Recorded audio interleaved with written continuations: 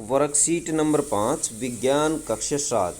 बच्चों, आज हम वर्कशीट नंबर 5 करने वाले हैं, जिसमें टॉपिक रहेगा मृदा में पोषकों की पुनःपूर्ति। पोषक होते हैं बच्चों जो पेड़ पौधों को चाहिए, मुख्य पोषक ह्यूमस और विभिन्न प्रकार के तत्व इसमें आते हैं, जिसमें पौधा वृद्धि करता है।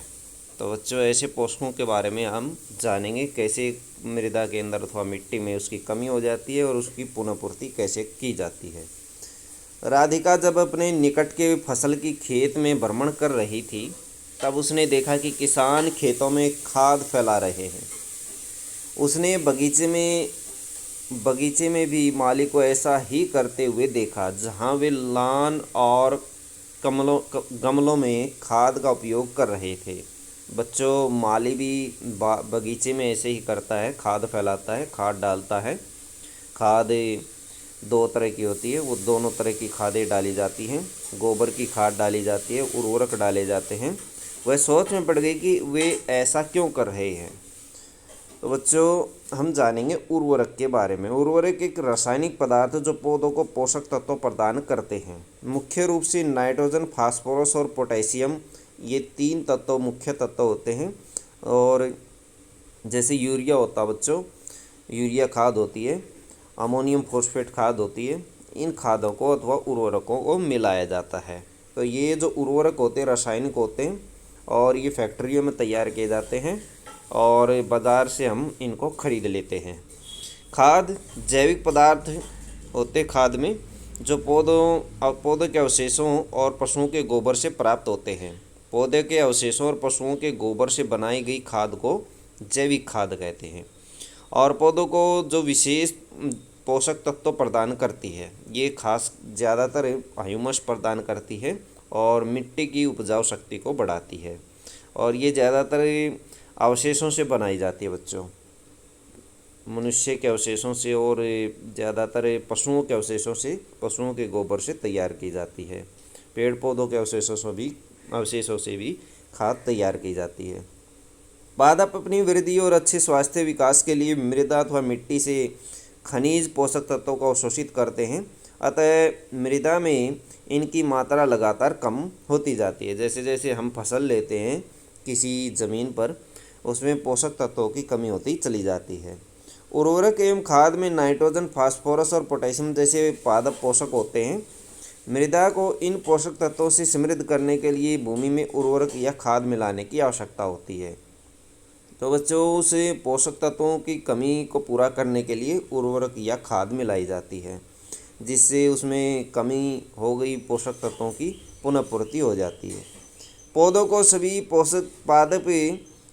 सभी पादप पोषकों में से नाइट्रोजन की अधिक मात्रा में आवश्यकता होती है। सबसे ज़्यादा नाइट्रोजन की आवश्यकता होती है पौधों को। यद्यपि वायु में नाइट्रोजन गैस प्रचुर मात्रा में उपलब्ध है, लेकिन पादप इसे पेड़ पौधे इसे सीधे प्राप्त नहीं कर सकते। तो बच्चों, पादप अथवा पेड़ पौधे क्या करते हैं, वायुमंडल से नाइट्रोजन को नहीं ले सकते, इसलिए इनको खाद के माध्यम से वो देनी पड़ती है। पादप नाइट्रोजन को विलेय रूप अथवा घुलनशील रूप में अवशोषित कर लेते हैं। पानी में डिजोल होने के पश्चात इसको पेड़ पौधे ले लेते हैं। राइजोबियम नामक जीवाणु जो चना, मटर, मूंग और अन्य फलीदार पौधों की जड़ों में रहते हैं, वायुमंडलीय नाइट्रोजन ले सकते हैं। तो बच्चों, ये जो वायुमंडलीय नाइट्रोजन है, इसको पेड़ पौधों को प्राप्त करने में कौन सहायता करता है? राइजोबियम नामक जीवाणु होता है, जो फलीदार पौधों की जड़ों में पाया जाता है। जैसे दालें होती है बच्चों, चना होता है, मटर, मूंग, इस तरह के जो पौधे होते हैं, उनके जड़ों में गांठें होती हैं, उन गांठों के अंदर राइजोबियम नामक जीवाणु पाया जाता है और इसे विलेय पदार्थों में परिवर्तित कर देते हैं, विलेय पदार्थों में बदल देते हैं, जिससे पौधा आसानी से उसे ले सके। अधिकतर दालें फलीदार पादपों से प्राप्त होती हैं। राइजोबियम अपना भोजन स्वयं नहीं बना सकता है। फलीदार पौधे बैक्टीरिया को भोजन और आश्रय प्रदान करते हैं।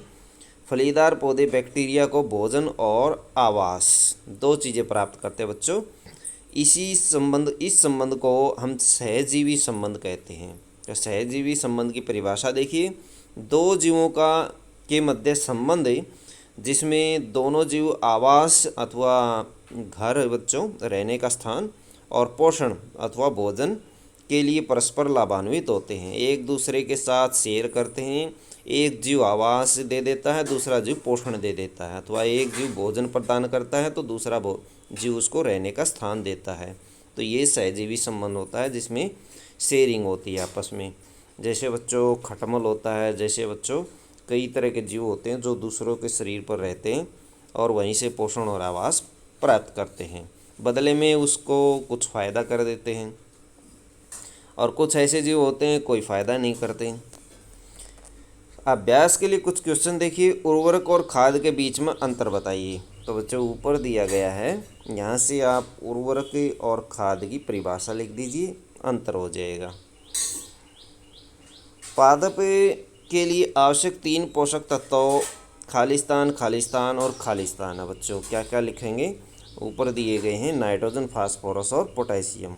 तो बच्चों नाइट्रोजन, फास्फोरस और पोटेशियम, नाइट्रोजन, फास्फोरस और पोटेशियम, ये तीनों आप खालिस्तान में फिल कर देंगे यहाँ पर। सहजीवी संबंध से आप क्या समझते हैं? क्वेश्चन नंबर 3 है सहजीवी संबंध, ये परिभाषा यहाँ दी गई है, इस परिभाषा को आप क्वेश्चन नंबर 3 में लिखेंगे। क्वेश्चन नंबर 4 है पादपों को उर्वरक एवं खाद की आवश्यकता क्यों होती है? पादपों को उर्वरक और खाद की आवश्यकता क्यों होती है? तो उर्वरक और खाद में नाइट्रोजन, फास्फोरस और पोटेशियम पोषक तत्व होते हैं। मृदा के अंदर इन पोषक तत्वों की पुनः पूर्ति करने के लिए खाद और उर्वरक मिट्टी में मिलाना पड़ता है, इसलिए इनकी आवश्यकता होती है। तो ये वाला आंसर आप लिखेंगे बच्चों। ये थी आपकी साइंस की वर्कशीट। वीडियो अच्छे लगे तो लाइक करें, हमारे चैनल को सब्सक्राइब करें।